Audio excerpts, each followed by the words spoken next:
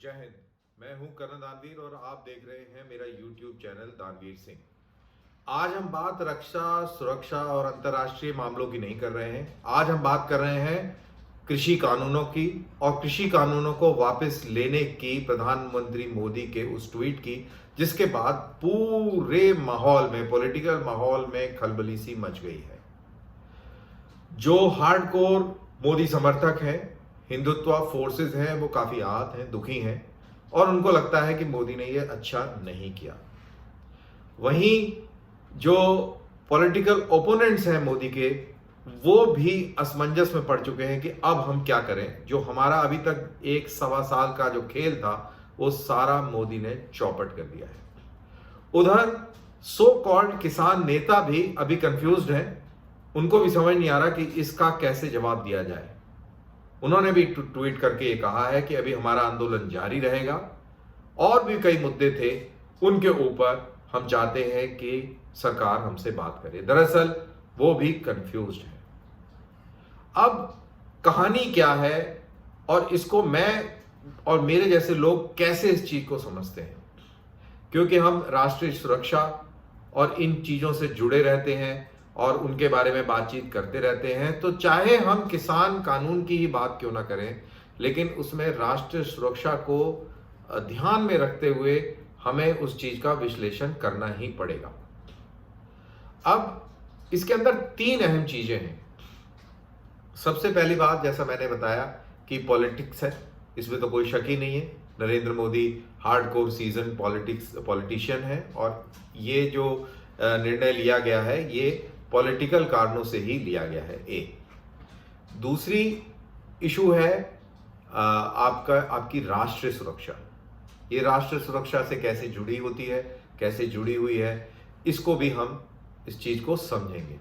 और तीसरी चीज और तीसरा एस्पेक्ट जो है, हिंदुत्व वोटर का है, हार्डकोर नेशनलिस्ट लोगों का है, कि वो लोग इस चीज को कैसे समझते हैं। तो हम इसको यहां से पॉलिटिक्स से शुरू ना करके और हिंदुत्व वोटर के एंगल से शुरू करते हैं।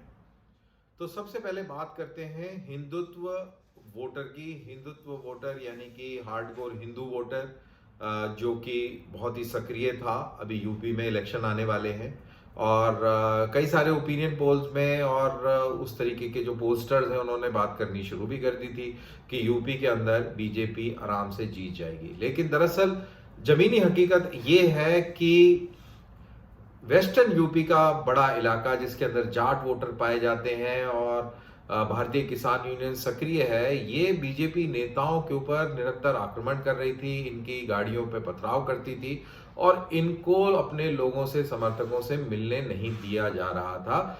यही तो एक सिलसिला था जो लखीमपुर में हमें देखने को मिला और कहीं ना कहीं उसका यूपी के इलेक्शन में फर्क पड़ता, वोटिंग में फर्क पड़ता और बीजेपी के लिए शायद इतना आसान नहीं होता जितना कि ये पोस्टर्स बता रहे हैं। 1-आधा% भी दाहिने बाएं हो जाए तो पूरा खेल बदली हो जाता है।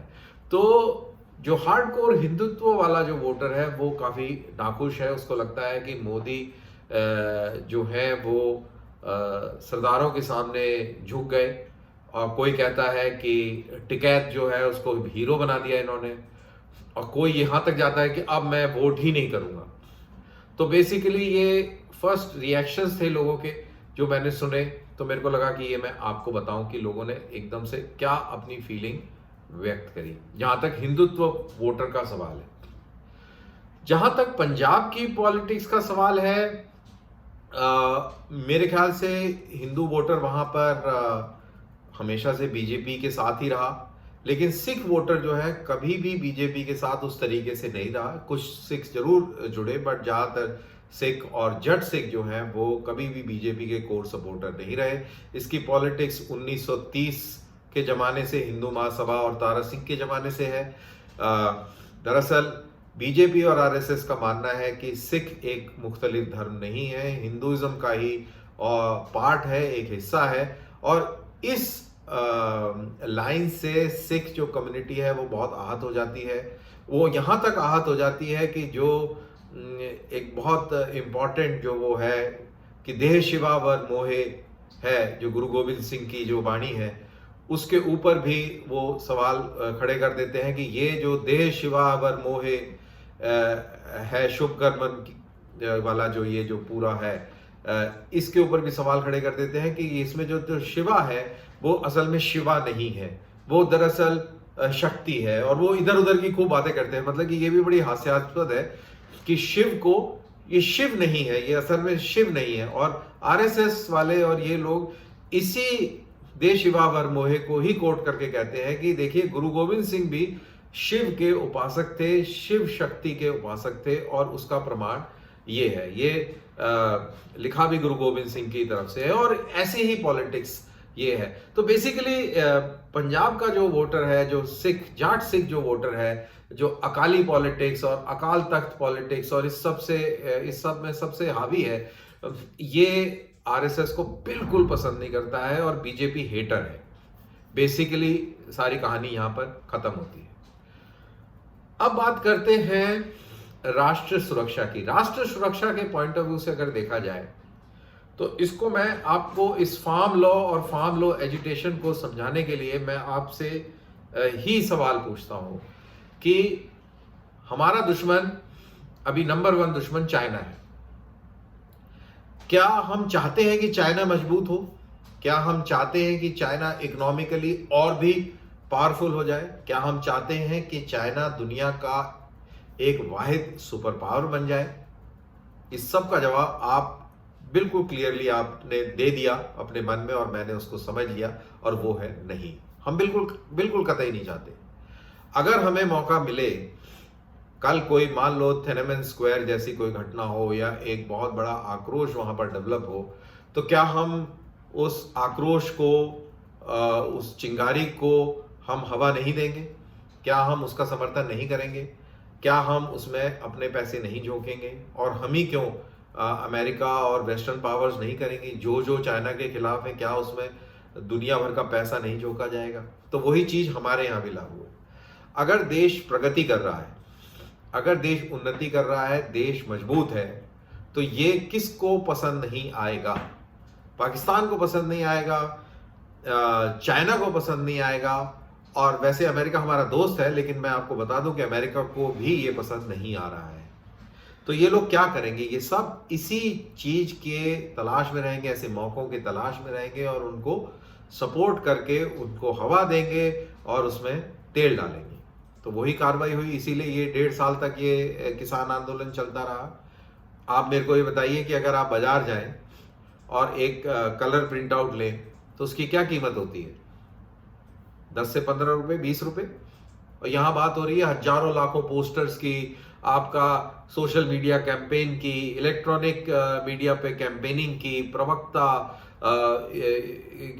के बयान इधर उधर, और स्टेज, मंच, प्रोटेस्ट साइट्स, रहने की व्यवस्था, एसी, फुट मसाज, पिज्जा, आपने कितने सारे ऐसे विजुअल भी देखे होंगे, टेंट और ट्रैक्टर और दुनिया भर की सुविधाएं जो है वहां पर ये मुहैया कौन करा रहा था? क्या किसान अपनी जेब से करा रहा था? भाई किसान हम भी है, हमारे पास भी जमीन है, और उसमें क्या इतना मुनाफा हो जाता है कि हम अपनी मेहनत की कमाई उठा के और इनको तिकड़ी बॉर्डर पे दे दें?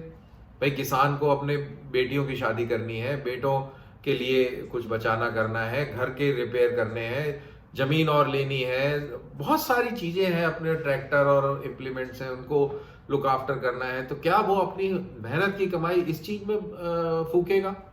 भाई हम भी किसान हैं, हमारे गांव के तो एक भी किसान नहीं गया। तो ये बेसिकली ये पूरा पॉलिटिकल मूवमेंट था जो कि फंडेड बाय दोज पार्टीज जो कि भारत के हित में कभी सोच नहीं सकती, भारत की दुश्मन है, उन लोगों द्वारा ये पूरा मूवमेंट फंडेड था। आपने खालिस्तान फॉर जस्टिस और पता नहीं क्या वो बकवास वो सुनी होगी आपने। तो वो सब, ये सब क्या है? ये सब भारत विरोधी ताकतें थी जो कि इन सो कॉल्ड किसान आंदोलन के साथ खड़ी हो गई। और अब मोदी जी के इस पूरे खेल के बाद अब लोग क्या समझे? लोग जब कहते हैं कि जी यू टर्न ले लिया, मोदी हार गए, सरदार जीत गया, मोदी हार गया, टिकैत जीत गया, तो मेरे ख्याल से ये उनका इमोशन है, और कहीं ना कहीं ये बात सही भी है। भाई आप पूरे देश के अंदर कहां का किसान जुड़ा रहा भाई? कुछ पंजाब के सिख संगठन जुड़े रहे, और बल्कि पंजाब के तकरीबन सारे सिख संगठन जुड़े रहे, और वेस्टर्न यूपी के टिकैत भाई साहब जुड़े रहे, जिनके साथ में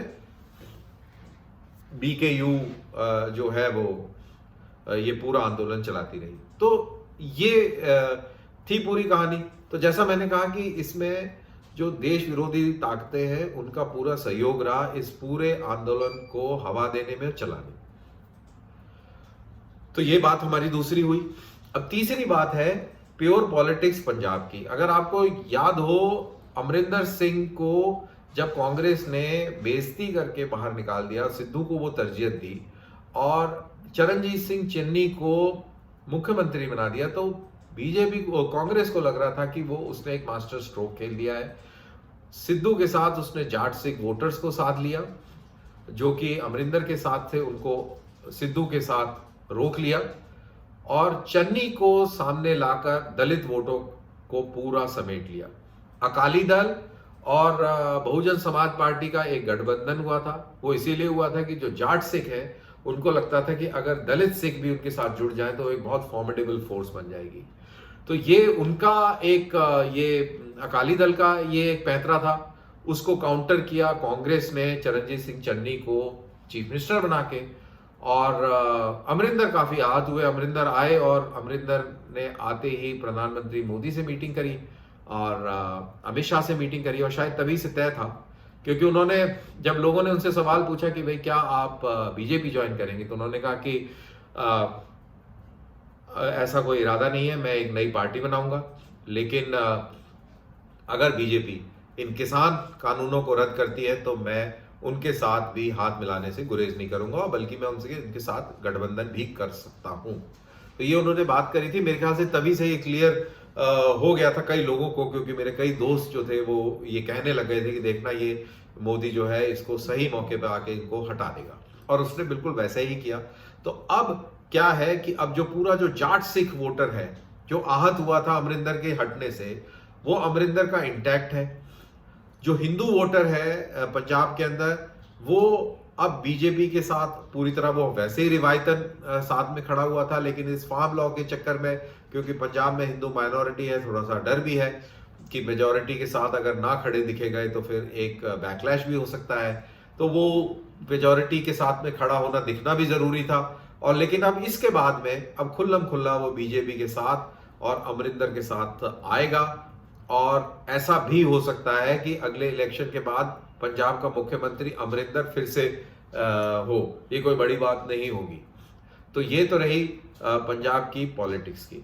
तो बेसिकली ये प्रोग्राम मैंने आप ही लोगों के लिए किया, खासतौर से उन लोगों के लिए किया जो नेशनलिस्ट है, राष्ट्रवादी हैं, और जो राष्ट्रीय सुरक्षा को लेकर हमेशा चिंता रहते हैं और सोच विचार करते हैं। तो मैंने राष्ट्रीय सुरक्षा को बीच में लाकर और इस पूरे मुद्दे को समझाने का प्रयास किया। अब उम्मीद यही करते हैं कि नरेंद्र मोदी राष्ट्रीय सुरक्षा को और मजबूत करेंगे और किसान हित में आगे आने वाले समय में कुछ ऐसी चीजें लेके आएंगे जिससे कि जो शंकाएं थी इस बार के किसान लॉज में, अब वो शंकाएं दूर हो जाएं और कुछ ऐसा लेके आए जिससे लोग कन्विंस्ड रहें, क्योंकि ये कहीं ना कहीं असमंजस रहा होगा, शक शुबा रहे होंगे, जिसको एक्सप्लॉइट किया इन किसान यूनियंस ने। तो ऐसी कोई गुंजाइश उम्मीद करते हैं मोदी जी अब आने वाले समय में नहीं छोड़ेंगे, और बहुत ही मजबूत किसान लॉ किसी और नए रूप में हम देखना चाहेंगे, क्योंकि आम जो किसान है, जो छोटा किसान है, यूपी, बिहार, मध्य प्रदेश, राजस्थान, महाराष्ट्र और पेनिनसुलर इंडिया, दक्षिण भारत का जो किसान है, जो पूर्वोत्तर का किसान है, वो काफी उम्मीद लगाए हुए था इस किसान रिफॉर्म लॉ से।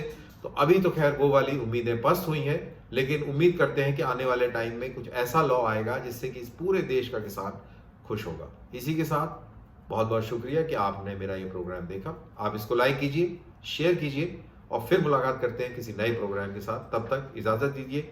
जय हिंद।